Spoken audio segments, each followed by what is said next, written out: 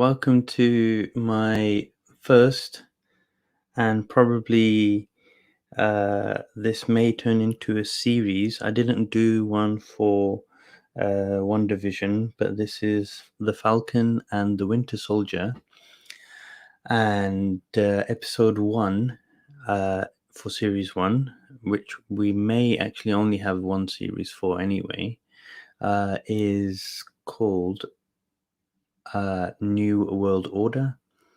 And I've just watched this, and oh my god, it's amazing.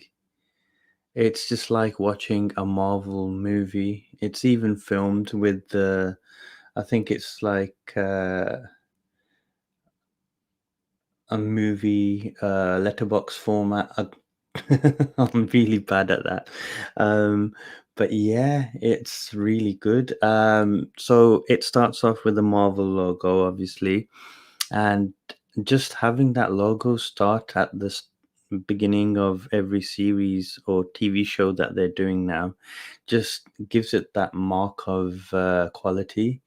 And boy, when you watch the opening scene of Sam ironing his shirt, it's like, okay, we know what we're in for now.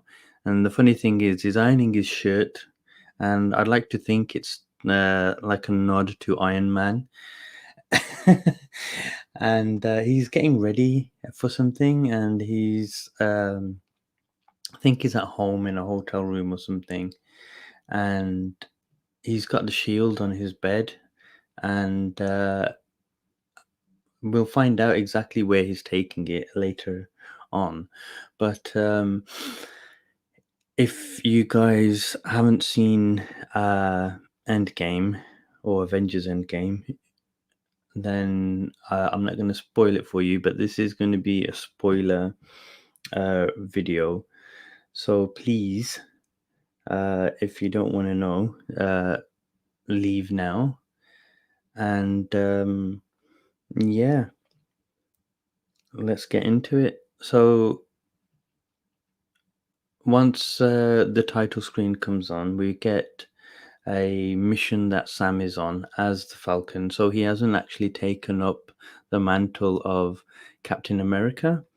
And that was obviously the last thing that we saw Captain America or Steve Rogers do in Endgame, was to give Sam his Captain America shield. And he's on a mission on a plane. He drops down into somewhere near Libya, and like the whole aesthetic of the of the TV show, it looks like a movie. It's just really well done, and obviously the opening piece is an action scene, and it's so good. You have a couple of these army vehicles following Sam, who's flying down from from an aircraft, and he's chasing some of these weird. I think they're Russian terrorists, but I don't know exactly. But wow, the sequence is just amazing. It's just like I was just watching the whole sequence take place, and it was like there's a bit of comedy injected in there. The to and fro that he has with this new guy, I don't know who this new guy is. Uh, I'm not even sure if they gave his name, but this guy who's communicating with him on the ground on little jeep type vehicles.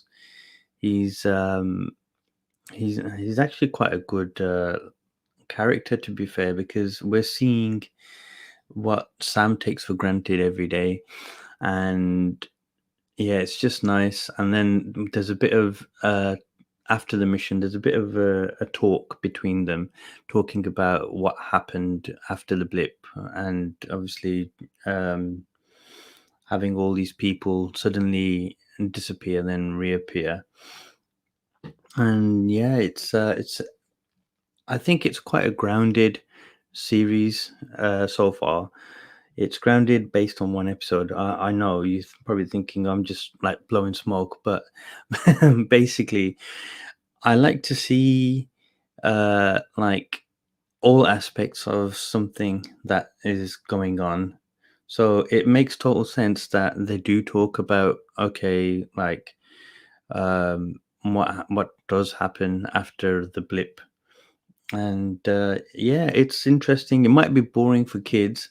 That's why they had a quite a cool action piece at the start. But you see Anthony Mackie, I think, really, really get into this role. I haven't seen him so confident on screen since I think it was what oh God, since the first time we saw him actually in Captain America 2. And yeah, we then cut to Bucky, who's having nightmares and is seeing a counselor. And that's quite a funny interaction there. But he's having these nightmares, and he's, I guess, he's regretting people that he's had to kill as the Winter Soldier, or um, as the evil Winter Soldier. And yeah, it's quite interesting. He's made friends with an old gentleman who we later learn has some connection with one of his nightmares. And yeah, that's quite a good interaction. I think the storytelling is actually really good. It's creating that sense of, okay, this makes sense. It's not the kind of information you want to put into a movie because it will slow the movie down. Because it's in a TV show format, it's actually really, really good. So, yeah, I really like the way they approach this. And obviously, you know that I do like the uh, WandaVision series. That was really good. But this is completely different. This is more grounded in uh, what the films had already brought to the table. So, yeah, it was. I really enjoyed the interaction. And then what we're seeing now is that there's some kind of uh, organization, a terrorist organization of sorts, that is like leaving images or symbols um, on walls, but they're leaving them in like a VR kind of like format, like a Pokemon Go kind of style, where you use your phone to actually have a look and see where they are. And these symbols are all pointing to this organization. And yeah, and this new guy, again, don't know his name, is a military guy. He's tracking them. While that is established, Sam decides to give away, or give the Captain America shield to the Smithsonian and back to the American people as such. And that was quite interesting because I thought he was going to do that anyway. And obviously, it took him 5 months to do it, but obviously he's been busy. But yeah, he gives it back, and it's quite sad. But I think giving it back is going to mean a lot more for the end of the series, because he's going to claim it back, and when he's accepted that he is the next Captain America, he will it will be more earned, basically. And I think that's the angle they're going on with that. And I think that is the best way to do it, because you got to remember he is friends with Steve Rogers, and he doesn't want his legacy to just be overwritten, and that is a very good clue to what happens later on. But we're not going to talk about that right now. And so Rhodey makes a cameo in this, which is really good. It just puts some grounding onto it. It's always nice to see Don Cheadle, and yeah, it's very friendly interaction with uh, with them two, and it feels like these guys have fought together. They know each other really well, and they really care about what happens to each other. So Sam goes back to his home. His family owns Bubba Gump Shrimp Company, and basically they are on hard times. Well, he owns it, but his sister looks after it.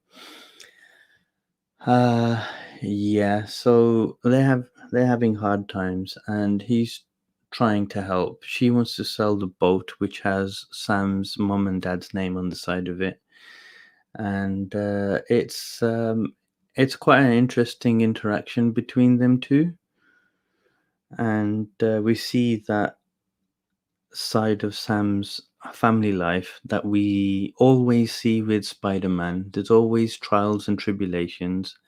At one point, they go to the bank to ask for a loan, a consolidating loan, and the bank manager or the loan advisor basically just wants selfies with the Falcon.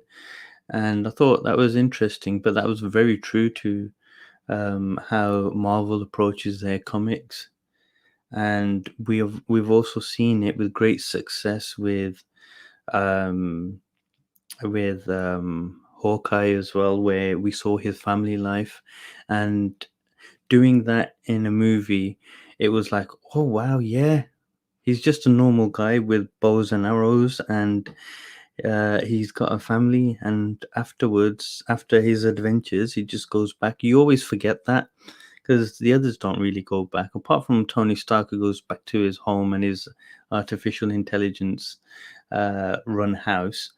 You don't see many others actually go home, take the boots off, and just think, fuck, what did I do today? So it's really nice. And I think they've done that to not only make him more grounded as a person, um, but also endear him to us because he's struggling like us. And with the current pandemic going on, um, I think it's really, really good because a lot of people are going through the same things at the moment, and people are losing their jobs and what have you. And watching this probably will make people think, okay, I'm not the only one, because a lot of times everybody knows that a lot is going on for everybody across the world, but when it's affecting you, it just affects you, and that's all you can think about. But seeing that other people are struggling too, it's I think you can find some comfort in that. You just need to see it. But yeah, so Bucky goes on a date thanks to being set up by the old man. I can't remember the old man's name, Yugi. And then we cut away to find out that the old man was the father, or is the father, of the kid that he shot in his nightmare. Um, Interesting. So after that happens, we have the army guy. Can't remember his name. Don't know his name. Need to find out his name. I think he's our Peter Parker style character that we're seeing everything happening around. To some respects, and he's on the tail of this organization. They're called, what are they called? Frisbee Face. I don't know. And he's basically recording what's happening in some European city, I think it is. and he's recording in on a with a hidden camera, but he looks like he's on his own because, like, if he was um, part of a infiltration team or anything like that, he'd have an earpiece, he'd have proper equipment, but he's using a phone and he's walking around with another phone trying to find the symbols. He's found the symbols, and what's happening is that there's some kind of bank raid, and some guy with a mask, a black mask with the symbol that's been posted everywhere in not VR, what's it called? Augmented reality, AR, yeah, and that's on the actual mask, and it just looks kind of like Baron Zemo. I think he's a Zemoite. I know he's going to be in it. Zemo will be in it because he's actually billed to be in it, and they actually mentioned it, I think, when they were announcing it. Um, yeah, so that was quite an interesting scene. And the guy gets kicked in the face, and but he's got the video footage, and he sends it to Sam, which is good. And then obviously Sam's looking into it. But what I don't understand is why they're not actually calling in any Avengers. Obviously, they've been disbanded, and they always get disbanded after a big event that they've been involved in. And we cut to Sam, Sam's sister coming in and saying, "You better turn on the news or come and watch the news." And it's some guy in Washington saying that America needs a symbol of hope, of blah blah blah, of blah blah blah.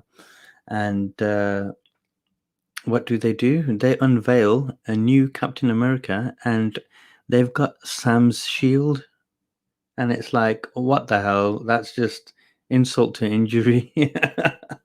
And you can feel that in Anthony Mackie's face when he's thinking, oh my God, what are they talking about? And then it's finally revealed, and he's like, oh my God, my shield, Steve's shield. But it's just so weird. And the guy looks like a knob who's this new Captain America guy. But his uniform's pretty cool. I just don't like the helmet. So yes, they've got a new Captain America, and that's pretty much basically where it ends. And I think they did such a good job. The visuals are amazing. It looks like a movie. Technically, I could put all the episodes together into one giant 10-hour movie or 9-hour movie. And I wouldn't cut anything out. I think so far it's been good. I can't wait for the next episode. If you like it, put a message in the comment section below. Tell me what you liked about it. And I'll see you next time. I'm not going to give this episode a rating because I just want to see what happens and then give it an overall rating at the end. And yeah, I did really like it. The music was good as well. The acting was brilliant, even from even from the kids. So Sam's kids. Just okay, guys. So I've got to go now. I've got a phone call coming in, so I'll speak to you later.